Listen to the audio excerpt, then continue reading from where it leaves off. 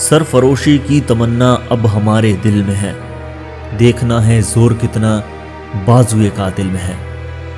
नमस्कार दोस्तों, स्वागत है आपका सुनहरा भारत हिंदी यूट्यूब चैनल में।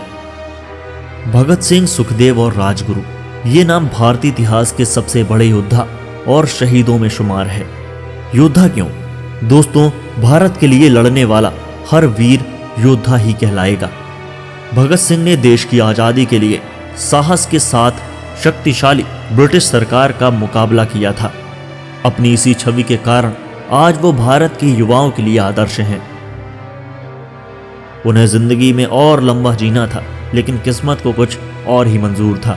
भगत सिंह अपने देश के लिए ही जी रहे थे और देश की खातिर ही जान न्यौछावर कर दी। उनका जन्म 28 सितंबर 1907 को पंजाब के जिला लालपुर में बंगा गांव पाकिस्तान में हुआ था। उन्हें 23 साल की उम्र में 23 मार्च 1931 को लाहौर जेल में उनके साथियों के साथ फांसी दे दी गई थी। क्या आप जानते हैं जिस दिन उन्हें फांसी दी गई थी उससे पहले वो क्या कर रहे थे? देश के सबसे बड़े क्रांतिकारी भगत सिंह की जिंदगी किसी को भी प्रेरणा दे सकती है। आज भी उनका हर एक विचार रोंगटे खड़े कर सकता है। पर आज हम आपको उनकी फांसी से जुड़ी ऐसी बातें दिखाएंगे जिनके बारे में कम ही लोग जानते हैं। वीडियो अच्छा लगे तो वीडियो को एक लाइक, शेयर और चैनल को सब्सक्राइब करके बेल आइकन को प्रेस करना मत भूलिएगा। वीडियो में आगे बढ़ने से पहले एक बार सच्चे दिल से कमेंट बॉक्स में भारत माता की जय जरूर लिखिएगा। लाहौर सेंट्रल जेल में 23 मार्च 1931 की शुरुआत किसी और दिन की तरह ही हुई थी। फर्क सिर्फ इतना था कि रात आई, सुबह होते होते सुहानी बयार में बदल गई थी। लेकिन जेल के कैदियों को अजीब सा लगा जब वार्डन चरत सिंह ने सुबह 4 बजे ही उनसे आकर कहा कि वो अपनी अपनी कोठरियों में चले जाएं। हालांकि उन्होंने इसका कोई कारण नहीं बताया। वो बस इतना कहकर शांत हो गए कि ऊपर से आदेश आया है। इसके बाद कैदियों के बीच में सुगबुगाहट होने लगी कि आखिर क्या होने वाला है। तभी जेल का नाई बरकत हर कोठरी के सामने से कहते हुए गुजरा, आज रात भगत सिंह, राजगुरु और सुखदेव को फांसी दी जाने वाली है।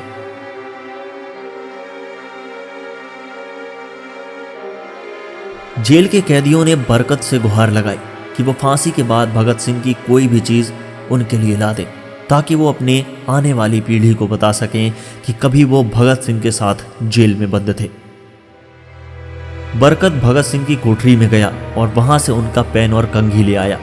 सारे कैदियों में उस पर अधिकार करने की होड़ सी लग गई। आखिर में इसके लिए ड्रॉ निकाला गया। अब सभी कैदी चुप हो चले थे। उनकी निगाहें उनकी कोठरी के सामने से जाने वाले रास्ते पर लगी थी। भगत सिंह और उनके साथी फांसी के तख्ते पर लटकने के लिए उसी रास्ते से जाने वाले थे। भगत सिंह को फांसी दिए जाने से 2 घंटे पहले उनके वकील प्राणनाथ मेहता उनसे मिलने पहुंचे थे। मेहता ने बाद में एक किताब में लिखा था कि भगत सिंह अपनी छोटी सी कोठरी में पिंजरे में बंद शेर की तरह चक्कर लगा रहे थे। जैसे ही उनके वकील मेहता वहां पहुंचे, भगत सिंह ने मुस्कुराकर उनका स्वागत किया और फिर पूछा, आप मेरी किताब रेवोल्यूशनरी लाई या नहीं? जब मेहता ने उन्हें किताब दी तो वो उसे उन्हीं के सामने पढ़ने लगे, मानो उनके पास अब ज्यादा समय न बचा हो। मेहता ने उस वक्त उनसे पूछा कि क्या आप देश को कोई संदेश देना चाहेंगे? भगत सिंह ने किताब से मुंह हटाए बिन कहा, सिर्फ 2 संदेश, साम्राज्यवाद मुर्दाबाद और इंकलाब जिंदाबाद।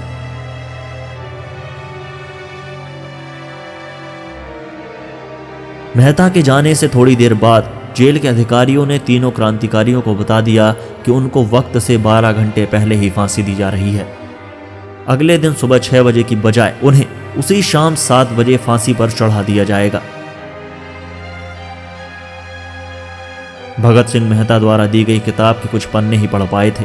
उनके मुंह से निकला, क्या आप मुझे इस किताब का एक अध्याय भी खत्म करने नहीं देंगे? भगत सिंह ने जेल के मुस्लिम सफाई कर्मी बेबे से अनुरोध किया कि वो उनके लिए उनकी फांसी से 1 दिन पहले शाम को अपने घर से खाना ला दे। लेकिन बेबे भगत सिंह की इच्छा पूरी ना कर सके, क्योंकि भगत सिंह को 12 घंटे पहले फांसी देने का फैसला ले लिया गया था। थोड़ी देर बाद तीनों कैदियों को फांसी की तैयारी के लिए उनकी कोठरियों के बाहर निकाला गया। भगत सिंह, राजगुरु और सुखदेव ने आपस में अपने हाथ जोड़े और अपना प्रिय आजादी गीत गाने लगे। कभी वो दिन भी आएगा कि जब आज़ाद हम होंगे, ये अपनी ही ज़मीं होगी, ये अपना आसमां होगा। उसके बाद एक एक करके इन तीनों का वजन मापा गया। सबके वजन पहले से बढ़ गए थे। सभी से कहा कि अपना आखिरी स्नान करें।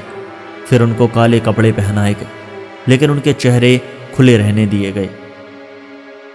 वार्डन चरत सिंह ने भगत सिंह के कान में फुसफुसा कर कहा कि वाहे गुरु को याद करो। जिस पर भगत सिंह ने कहा, पूरी जिंदगी में मैंने ईश्वर की कभी पूजा नहीं की, यहाँ तक कि कई बार गरीबों के कलेश के लिए ईश्वर को कोसा भी है। अगर अब मैं उससे माफ़ी मांगूंगा तो वो कहेगा कि इससे बड़ा डरपोक कोई भी नहीं है। इसका अंत नज़दीक आ रहा है, इसलिए ये माफ़ी मांगने आया है। जैसे ही जेल की घड़ी ने 6 बजाया, कैदियों ने दूर से आती कुछ पदचापें सुनी। उनके साथ भारी बूटों के जमीन पर पड़ने की आवाजें भी आ रही थी। साथ में एक गाना भी दबे स्वर में सुनाई दे रहा था, सरफरोशी की तमन्ना अब हमारे दिल में है, देखना है जोर कितना बाजुए कातिल में है। सभी को अचानक जोर जोर से इंकलाब जिंदाबाद और हिंदुस्तान आजाद हो के नारे सुनाई देने लगे। भगत सिंह अपनी मां को दिया हुआ वो वचन पूरा करना चाहते थे कि वो फांसी के तख्ते से इंकलाब जिंदाबाद का नारा लगाएंगे। लाहौर जिला कांग्रेस के सचिव पिंडी दास सोंधी का घर लाहौर सेंट्रल जेल से बिल्कुल लगा हुआ था। भगत सिंह ने इतनी जोर से इंकलाब जिंदाबाद का नारा लगाया कि उनकी आवाज सोंधी के घर तक सुनाई दी। उनकी आवाज सुनते ही जेल के दूसरे कैदी भी नारे लगाने लगे। तीनों युवा क्रांतिकारियों के गले में फांसी की रस्सी डाल दी गई। उनके हाथ और पैर बांध दिए गए।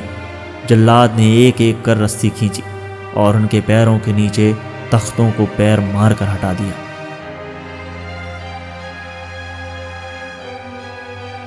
काफी देर तक उनके शव तख्तों से लटकते रहे। एक जेल अधिकारी पर इस फांसी का इतना असर हुआ कि जब उससे कहा गया कि वो मृतकों की पहचान करे तो उसने ऐसा करने से इनकार कर दिया। उसे उसी जगह पर निलंबित कर दिया गया। एक जूनियर अफसर ने इस काम को अंजाम दिया। किसी को इस बात का अंदाजा नहीं था कि 16 साल बाद उनकी शहादत भारत में ब्रिटिश साम्राज्य के अंत का एक कारण साबित होगी और भारत की जमीन से सभी ब्रिटिश सैनिक हमेशा के लिए चले जाएंगे।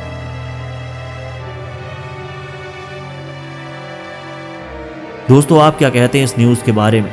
कमेंट सेक्शन में अपने विचार हमसे शेयर करें। हमारा चैनल सुनहरा भारत इस वीडियो में दिखाई गई न्यूज़, फोटोज व वीडियोज आदि की प्रामाणिकता की पुष्टि नहीं करता है। तो मिलते हैं जल्द ही एक नए वीडियो के साथ। तब तक के लिए जय हिंद, वंदे मातरम।